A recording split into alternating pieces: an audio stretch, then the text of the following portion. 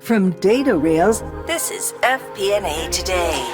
Hello, everyone. Welcome to a brand new FP&A podcast. I am your host, Paul Barnhurst, aka the FP&A Guy, and you are listening to FP&A Today. FP&A Today is brought to you by Datarails, financial planning and analysis platform for Excel users. Every week, we will welcome a leader from the world of financial planning and analysis and discuss some of the biggest stories and challenges in the world of FP&A. We will provide you with actionable advice about financial planning and analysis today. This is going to be your go-to resource for everything FP&A. Today's guest is Bryan Lapidus. He is a director of FP&A at the Association for Finance Professionals, the AFP. He's located in Maryland. He has spent his career working in finance as a director at many companies. He started his career in management consulting at Booz Allen Hamilton. He got his degree from the University of Michigan and the MBA from the Stern School of Business. And an interesting fact I noticed as I was learning about him is he worked for American Express supporting traveler's check and prepaid services. I did the same, Bryan. I was over FP&A for them for a few years back in 2016, 17. Back when they had a traveler's check group? They still did. It was mostly prepaid at that point. It was pretty small by the time I was in there because this was about 6 years ago. So I'm sure it was a lot bigger when you were there. But welcome to the show. We're really thrilled to have you as a guest, Bryan. Well, Paul, thank you so much for the invitation. Happy to be here and talking to you. Great. Well, can you start by maybe just taking us a little bit through your career, how you got into FP&A and what made you join the Association for Finance Professionals? Paul, if I go through all the details of my career, I don't know that your podcast is that long. I got into finance because I kept finding, you mentioned that I was in management consulting. I kept finding that in order to really have impact, you had to explain the cost-benefit analysis, and you had to go through the economics, and the strategy had to make sense. Whatever it was that you were trying to do came down to that ability to quantify. Mm-hmm. And I recognized that I didn't have it, and I was really frustrated. I really felt limited by that. So I went to NYU Stern, got my MBA, and when I graduated, I joined this really fantastic rotational program at American Express. Amex is a company that really values employees and values growing employees, and they recognize this idea, what I call now is kind of the finance passport, that in order to do well in finance, there's so many different things that you need to know. So the way that this rotational program was set up was it was 3 different roles in 3 different functions over 3 different years. So I was in FP&A at Traveler's Check, I was in audit and risk services, and then I was in treasury. And it's just funny because each time you think you know something and you think you know finance, right? Then there's a whole new category of things to learn, a whole new set of expertise. It actually brings up a whole interesting discussion about depth versus breadth and what's the right thing for your career, but that's a whole different discussion. Sure. So I was at American Express for almost 5 years. We were in New York. My wife and I we were starting to grow our family, and we just decided that New York was not where we wanted to be. She and I are both from Metro DC, and we spent so much time on the Jersey Turnpike commuting back to see family and cousins and friends, and we just decided that that's really where we wanted to be. So I guess if I were a basketball team, I'd say we engineered a trade, but we found a way. We moved down to DC. I worked at Fannie Mae almost 2 years. Didn't know that I was joining Fannie Mae right before the financial crisis. That's a whole different story by itself. Of course. And then I spent 5 years as the head of FP&A at a direct-to-consumer marketing company. And that's really where it was a mid-sized company, and I really had my fingers on all parts of FP&A. Mm-hmm. It was the planning, right? It was the budgeting and forecasting, and I reforecasted, all 3 financial statements plus covenants on a weekly basis, right? For each week, right? It was just really intense. It was a private equity backed firm, so we had the board that always wanted to know everything, and And actually, it was while I was there that I joined AFP as a member. And I recall that there was a notice that went out. It said, have something interesting to say? Write an article for us. I said, well, I've got something to say. Some things that we did well at the company and some things that we didn't. So that was my start as a member. And I maintained the ties, maintained my membership. I wrote a little bit here and there. And then a couple of years after that, I was in a different position at a small consulting company. So my second stint in consulting. And I wanted to build out the practice. I was trying to build the financial advisory, the implementation of EPM, CPM tools. And in order to find my audience as a consultant, I started speaking at AFP conferences, and I ran the roundtables, and I started writing more. And at some point, I said to the guy who's now my boss, I said, Jeff, I got to tell you the truth. I'm enjoying all these things I do on the side for AFP much more than I like my day job. And he said, well, that's great, Bryan, because we like what you're doing for us. So then we, I guess, engineered another trade, another move. And I've been with AFP on a full-time basis 4 years now, 4 years this month. Oh, great. No, that's a great story. And I know what you mean by liking some of the stuff on the side, having started my own business in FP&A and really enjoying writing the articles and a lot of the stuff beyond the day-to-day practitioner, kind of work that we do in FP&A. Yeah. And after 20 years of doing the day-to-day, the ability to sit back, be thoughtful, think about how do you bring out the great things about FP&A, the exploratory, the kind of solving mysteries and puzzles, and how do you try to minimize the things that are more painful, right? The budget process at this company was incredibly intense. It was minute. I mean, it was every campaign planned over a 60-week period, right? Incredible level of detail down to every single customer. We actually we divided the customer segmentation into 48 different groups, and we had a forecast for each 48 different parts with a recency, frequency, and monetary value for each one. I mean, it was pretty intense. And I'm curious, do you feel like you got value going down to that level, or was the value worth the pain? Because I can imagine in Excel that was painful. Oh, sorry, I just had a flashback as you said that. Right, you talk about, because it was all in Excel, and it was 135 tabs, one for each campaign, and each tab would then go back and hit this RFM model, right? But that was just for 1 year and one market. We had 4 markets, right? We had the U.S. and 3 global markets, so now I had 4 spreadsheets with 135 tabs per year. So when you want to do a rolling forecast and get into the next year, right now you're doubling, right? And that was just for the revenue and COGS component. Mm-hmm. That didn't even include everything else on all the other statements. Was there value in it?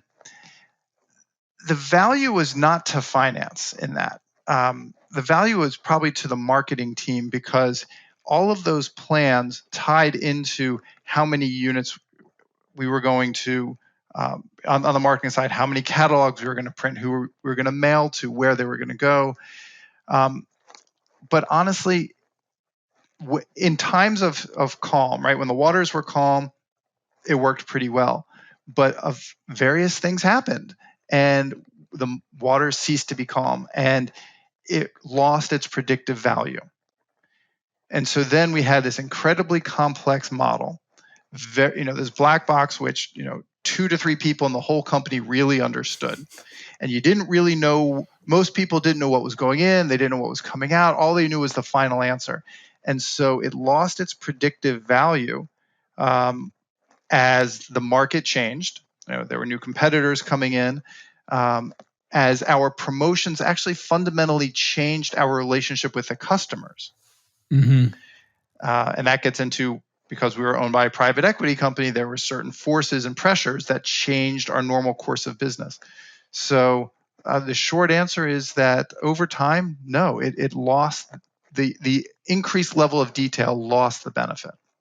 No, and that makes sense. And I would say I think usually what happens when you try to be that granular is it gets really difficult to maintain and continue to get the value. And it's always a balancing act, right? How detailed should you be versus bottoms up, top down? Everybody has a different opinion. But I'd say that's definitely one of the more intense models I've heard of, the 135 sheets and 4 different, workbooks. I think what happened was there was a confusion of role responsibility among the different areas, and finance managed things that it really shouldn't, right? I had my finger in every single ad, every single catalog, and we were printing 6 billion pages of catalogs per year. So we had our finger on every single catalog and every campaign, when honestly, that's what the product development team, the product marketing team should have been working on. But I think it was over engineered, and the financial forecast got confused with the marketing forecast and the supply chain forecast and what had to be ordered. And so by trying to put all these 3 areas together, then it's simply bogged down under its own weight. Yeah, no, I would imagine, especially doing it all in Excel, that's a real challenge to maintain that level of detail. I appreciate you sharing how it did provide value at one time and how, some things got lost. I think that often happens, in different companies. There's a lot of challenges of defining what FP&A is, what role they should play, and how they integrate. It's different in every company for sure.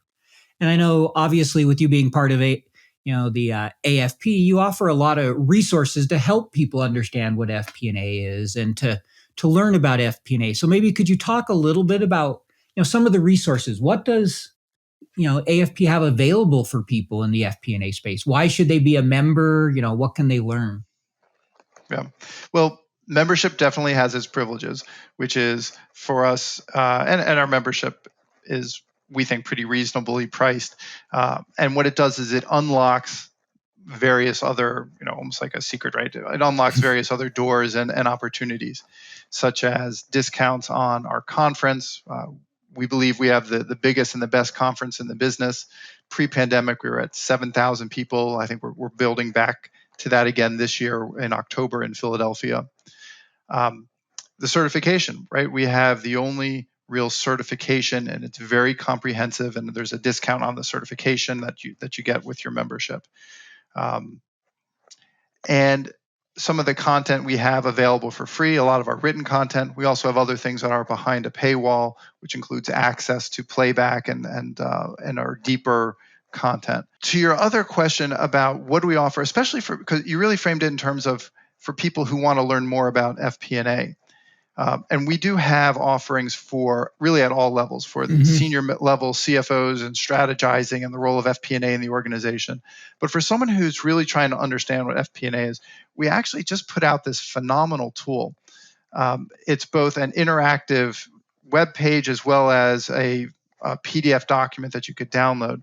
It's called the who, the what, and the why of financial planning and analysis, or for shorthand, we just call it the FP&A handbook. Mm-hmm.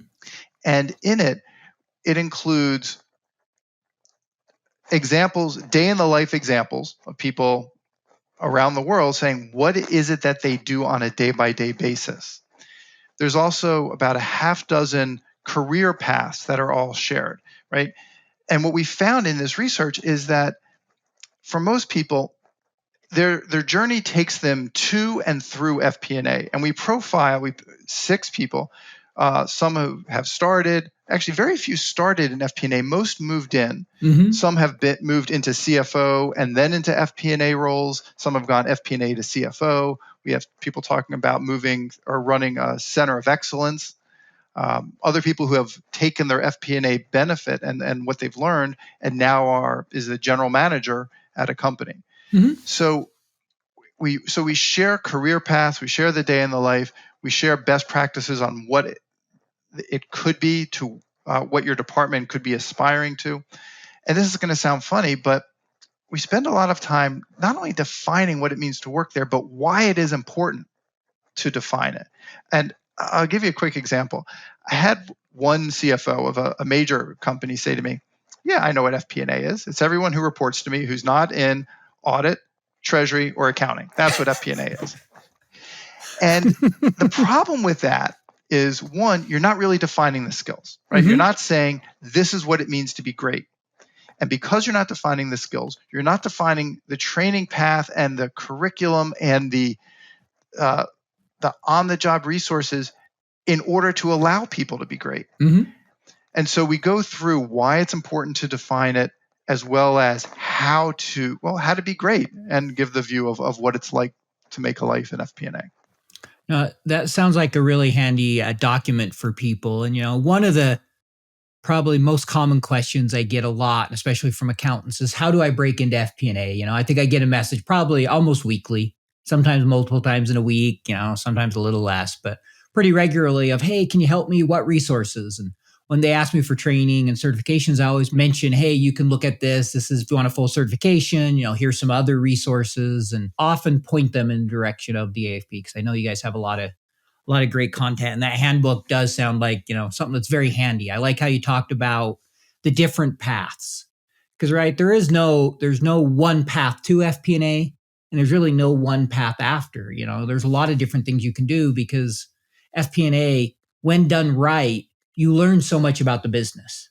You really get your hands dirty and learn a lot of things of how the company works and partner with a lot of people. And I found it opens up a lot of opportunities. You're really spot on that.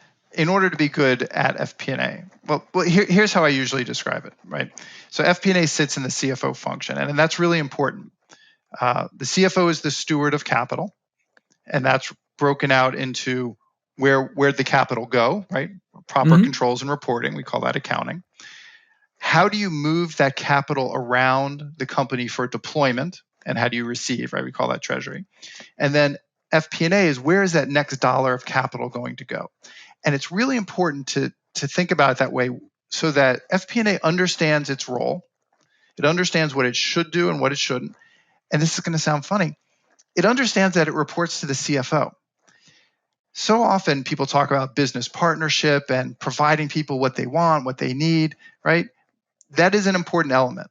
But being a partner to whatever your business is, who's sitting on the other side of the table, whether that's IT or HR or marketing or customer service, right?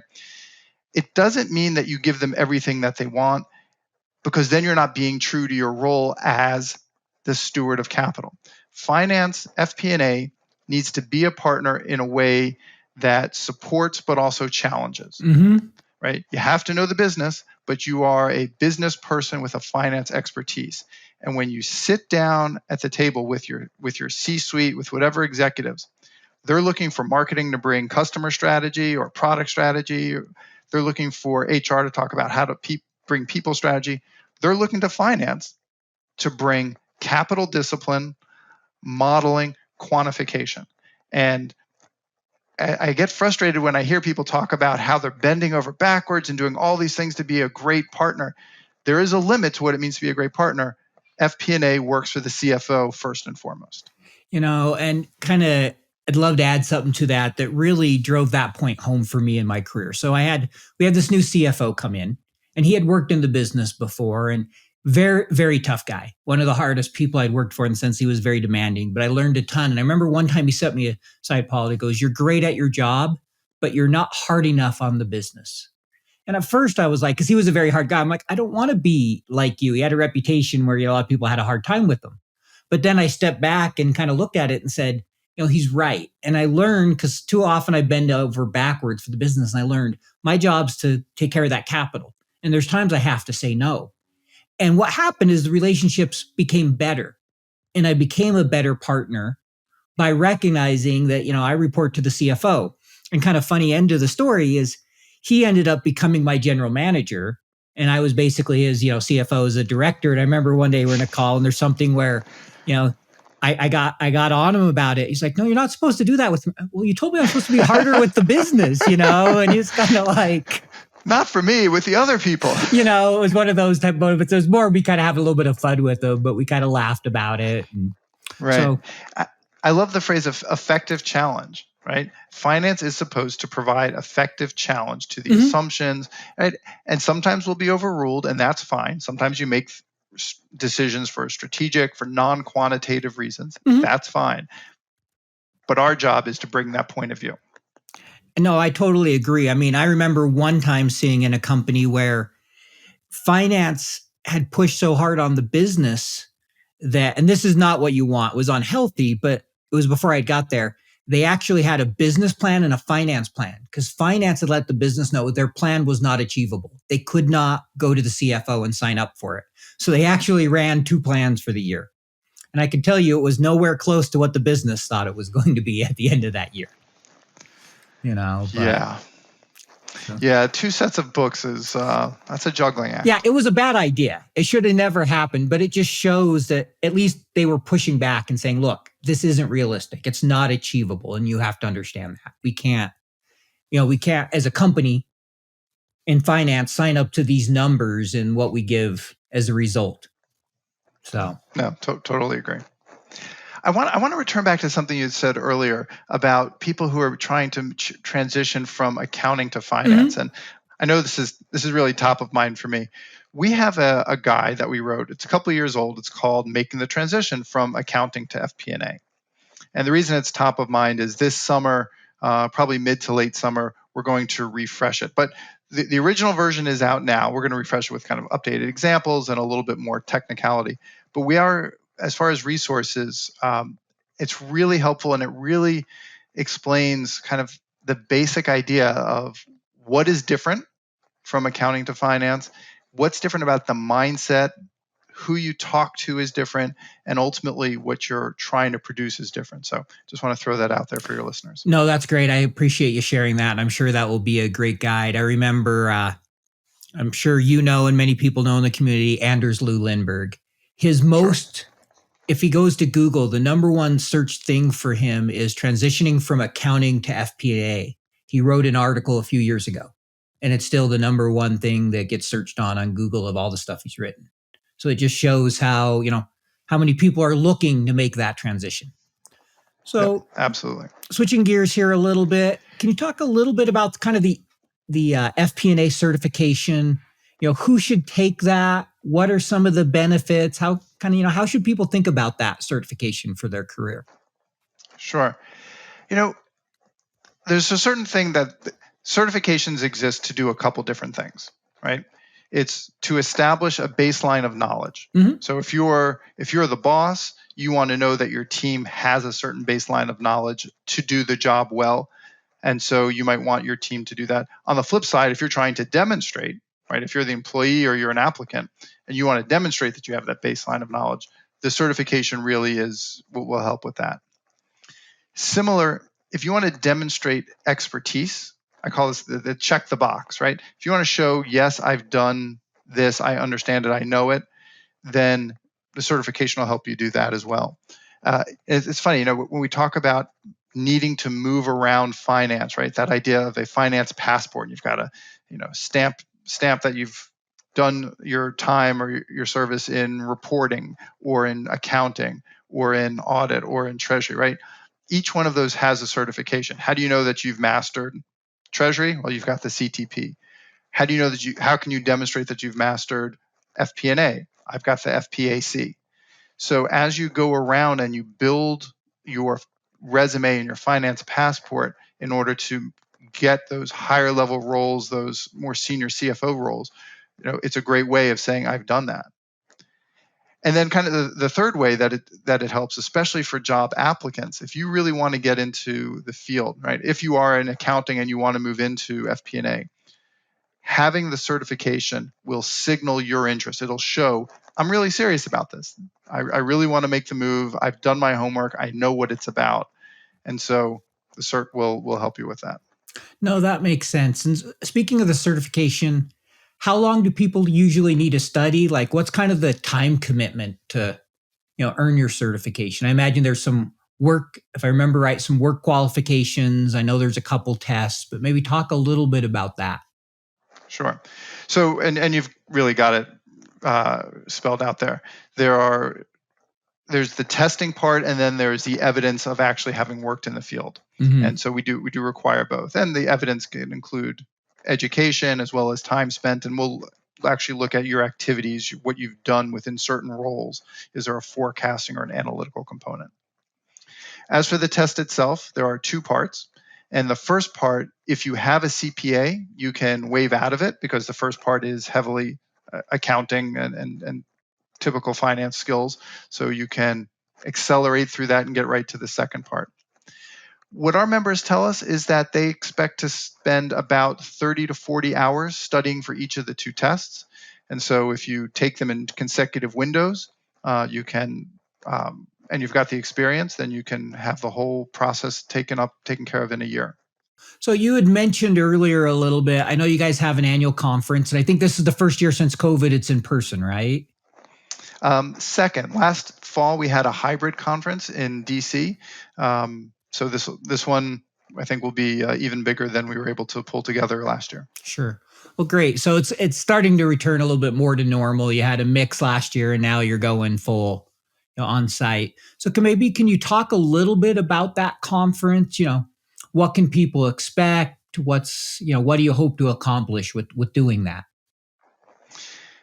So from a high level, right? The conference this year, Philadelphia, October 23rd to the 26th. What to expect?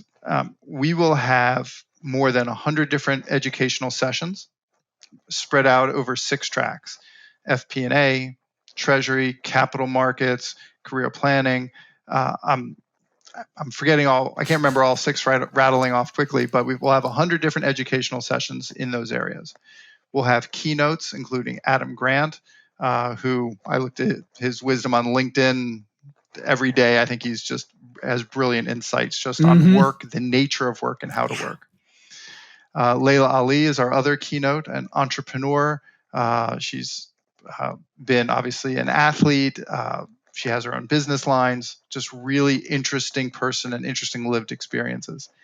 And the FP&A keynote is going to be Stacey Vanek Smith, who is a podcaster, a host, a reporter, an author. I've been a fan of hers for years, and I love how she takes economic information and wraps a story around it. Mm-hmm. So you've got your keynotes, you've got your education, we've got networking sessions, whether they're roundtables, or we have something really unique this year. It's called the FP&A Hub. It's a little hard to explain, but when you're there in person, it's going to really foster more interaction and more networking. Because some of this feedback we've had before is, it's great to go to the sessions. The sessions are wonderful, but some of the best learning happens in the hallways. Mm-hmm. And it happens around peer-to-peer. Hey, I've got a problem. How did you solve this? And we've come up with a way to really identify what those problems are and introduce people to others and really help the individual get what they need and get different answers and meet their peers. I love the FP&A Hub idea. Recently I launched a chapter here in Utah for kind of FP&A to get people together every month. And it's been fabulous to hear different people's experiences, right? To be able to talk about real world problems that you're facing and have 15 people in the room who can be like, hey, well, I tried this or I did that. Because you don't get that out of a book. You rarely, generally don't get that out of a training. You don't get that from a speaker. You might get some ideas, but generally if you're attending a big session with 50 people, you can't get that one-on-one conversation or two, 3 people and really start to get some ideas that you can take back and use on a personal level. I remember at one of our conferences a few years ago, I was talking to this one person who I just met, and he was telling me how he really was getting into Power Query and Power Pivot, not just the Power BI, but like the real deep, DAX levels, technical stuff. And I'm listening to it and I said, you have to meet this other person. So I introduced them, right?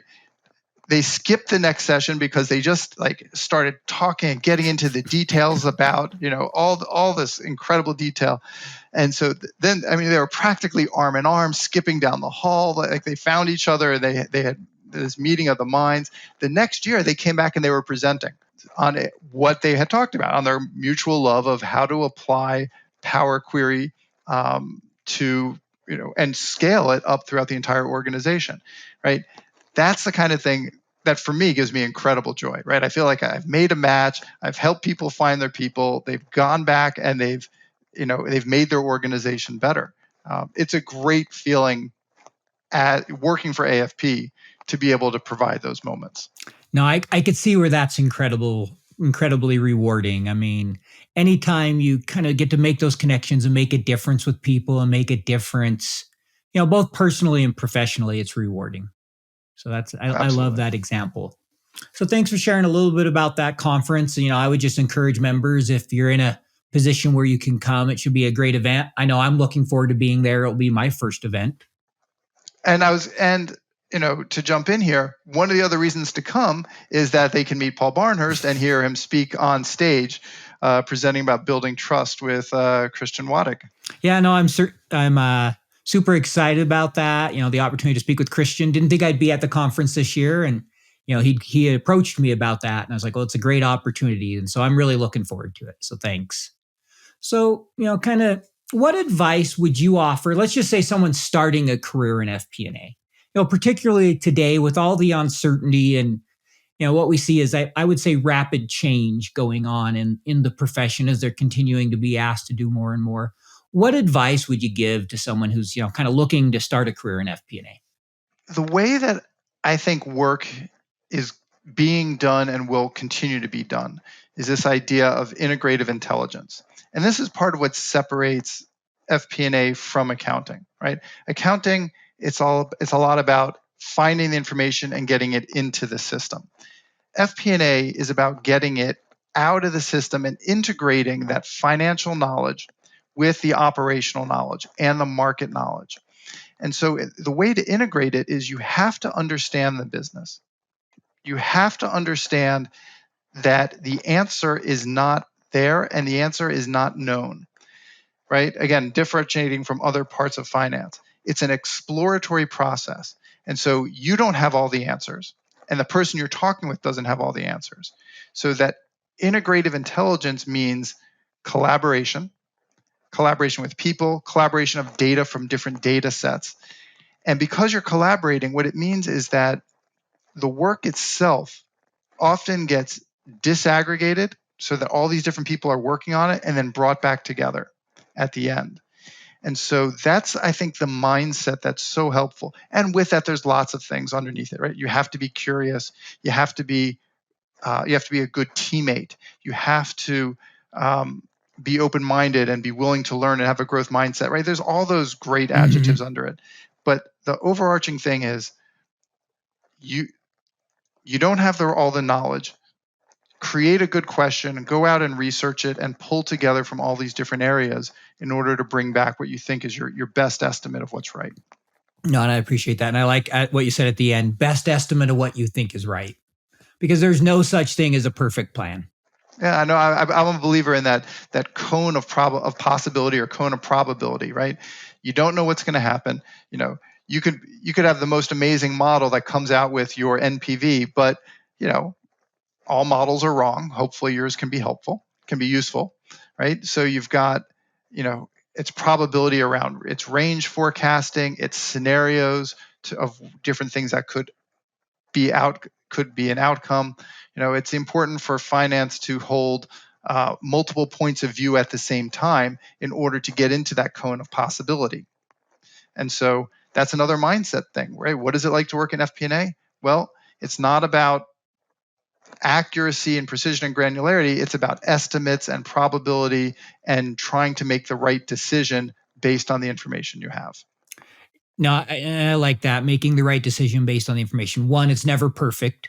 Two, you're always making assumptions. It's about being able to make reasonable adjustments, trying to see what the future looks like in broad pictures and help the business chart a path that's going to wisely use the capital, and being willing to quickly adjust when you're wrong. Because sometimes you're going to put a plan together and it's, new product launch, different things that you help the business with, that it's not going to go right. Yeah. Sometimes you're wrong. Sometimes the facts on the ground changes. Sometimes there's new information, right? And so it's, one of the risks of budgets is people are too beholden to the budget. They look at the budget as a control function on the future, right? We talk about the part of the CFO that's all about control and reporting, and they think that the budget is that control on the future. Well, the budget is your short-term strategy of what you're going to do and create alignment. But just like a model, it's going to be wrong, right? Adjust, reallocate capital, have that agility and flexibility. Yep. And I think when you said, kind of about the budget, how there's such a control on it, I think we saw a real change in how people thought about the budget with COVID, right? Because almost every company by April of 2020, their budget was blown. In some cases, it was a good thing. Some online, it was like, oh wow, it's way better than we thought. And others, it had fallen all apart and they had no business for a while. And they had to learn about scenario planning and recognizing that having one path to get there, one short-term plan, is dangerous. So the whole budget issue is so interesting because you're right. People just crumpled it up, threw it out the window, and said, "What do we do now?" And I was expecting this drop off of people using budgets. I was expecting to see lots of searches for beyond budgeting methodologies.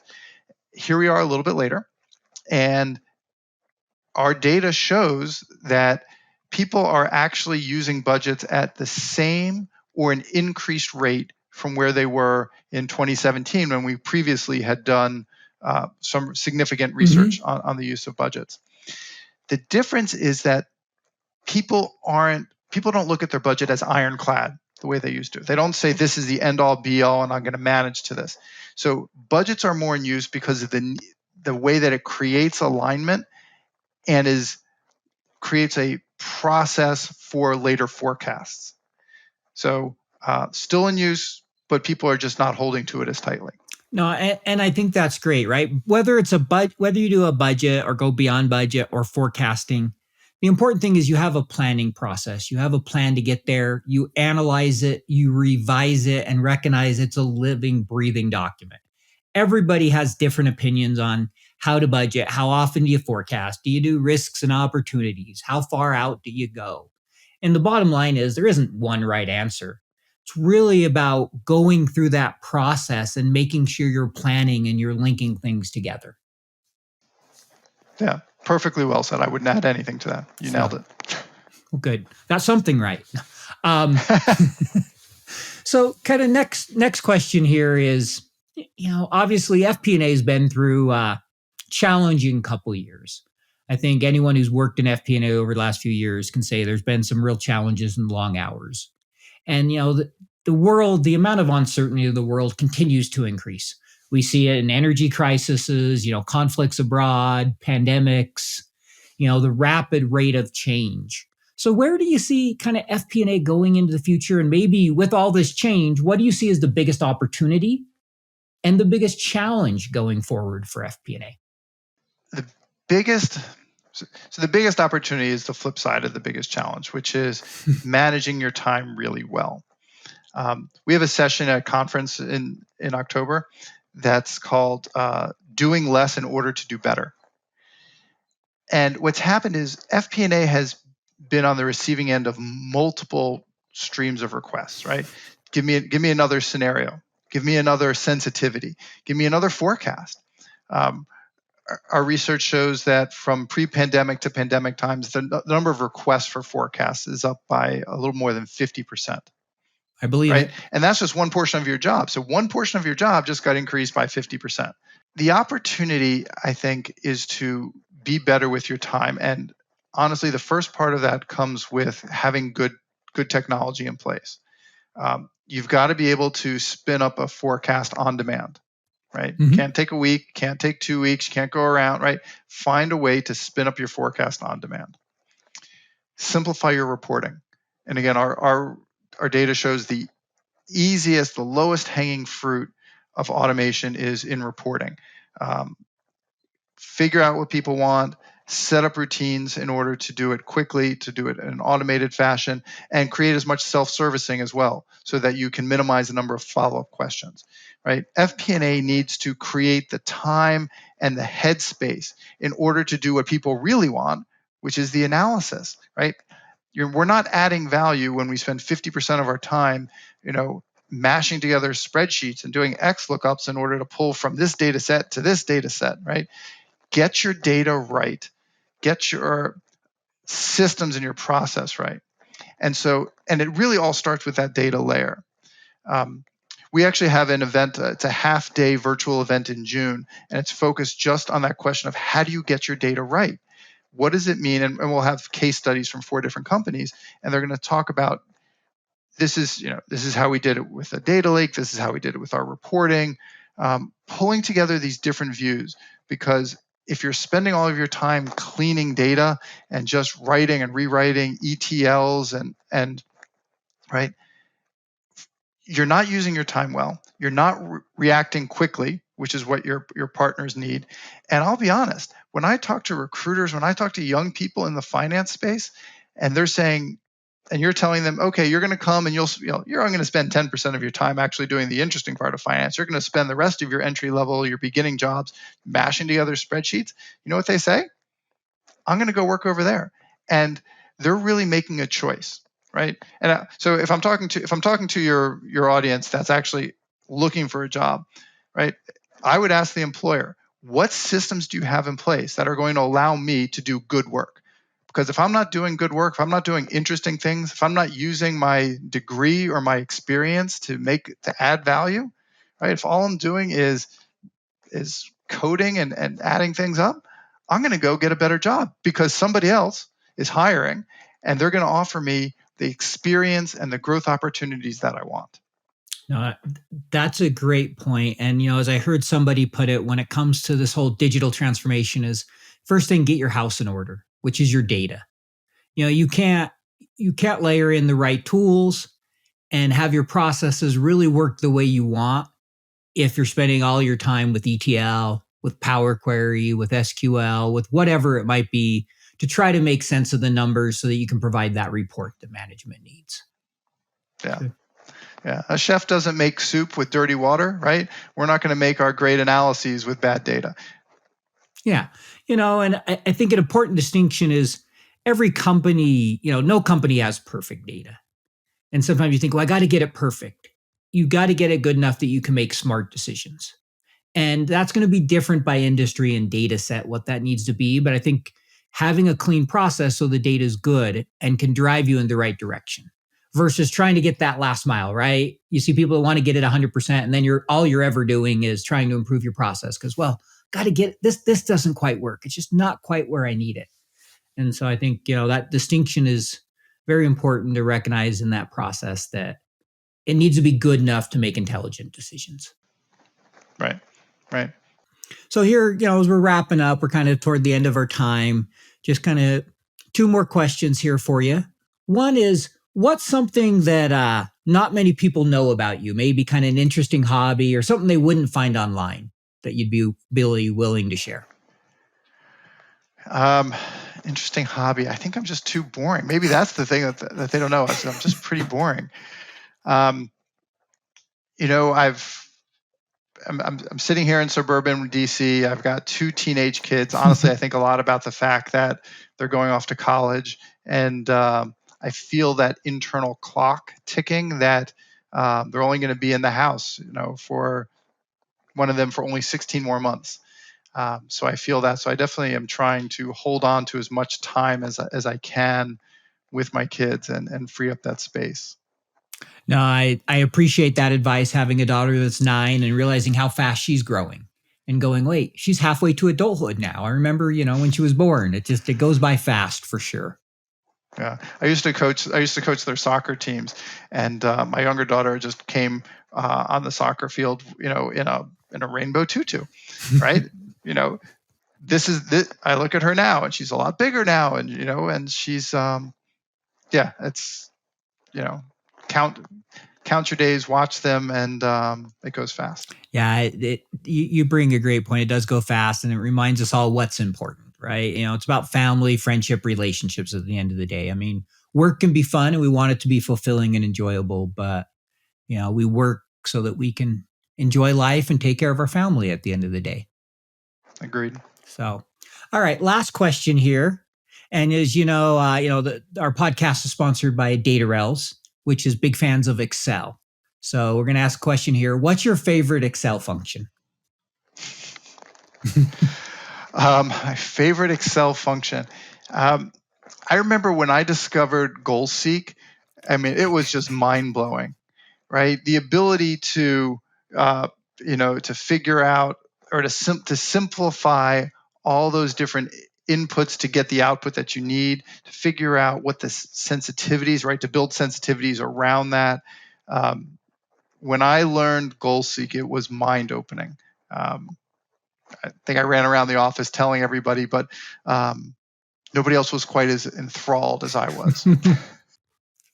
No, GoalSeek is a great one, and I know a lot of people love that, love using that. But yeah, that's typically the case when we find a favorite Excel function and we're sharing it with everybody. I've had that experience. They're kind of like, that's nice. You can go back to your cube now. Don't you know? Don't you get it? Yeah, that's kind of how I was when I learned Power Query and Power Pivot. You realize you could stop copying and pasting. There's all these things you can do, and they're just like, yeah, that's your thing. That's nice. No, really, it will save you time. So, well, thanks for joining us today, Bryan. I really enjoyed chatting with you and getting to know a little bit more about you. And I'm sure our guests will enjoy listening to the podcast and learning some of the great resources that AFP has available. So thanks again. Paul, it's been a pleasure. I look forward to your posts. You and I are on LinkedIn all the time, so always look forward to conversing with you there. And thanks for the opportunity to speak to your audience today. You're welcome. And like I said, look forward to seeing you on LinkedIn and then seeing you in person for the first time here in October. It'll be great.